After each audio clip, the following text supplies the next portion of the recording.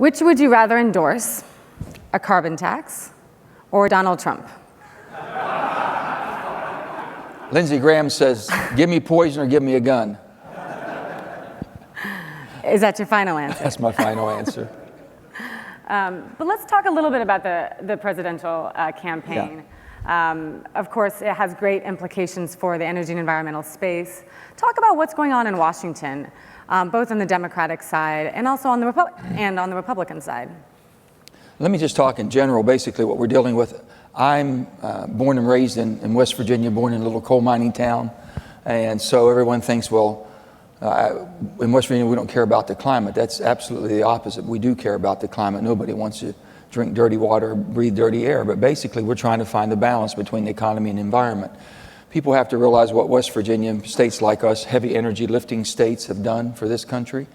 And we have the country we have because of the natural resource we had here, and we were able to use that to our advantage, build the greatest industrial might, and help us win the wars and become the superpower. With all that being said, now there's a transition. We understand that. We want to work through this transition. And we're just asking for a reasonable pathway forward. But so there's deniers. You know, if someone tells me that I don't think there's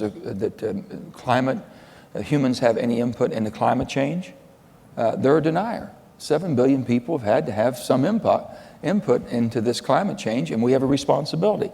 You can argue all day long the percentage of changes come because of human involvement, but still yet, they can't deny the humans. So would you say Senator Cruz and... He's a denier. And Donald Trump? If they both say that the climate is not, and humans have no impact on the climate, those are deniers. But on the other hand, even worse than that, we have deniers that believe that we're going to run this country or run the world without fossil.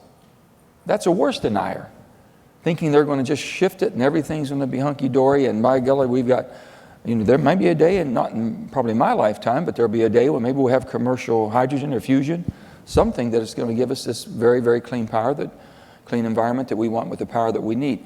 My biggest concern is you don't hear anybody talking about the reliability. Think about the political. You know, politicians, you know, naturally we're skittish to begin with, okay? And I've always said this. A week out or a month out from your campaign in a primary or a general election, I can convince you that your mother's turned against you.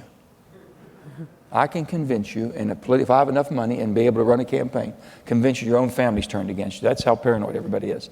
Can you imagine what would happen if you start having rolling brownouts and blackouts because the grid is not charged, there's not enough energy in the grid system?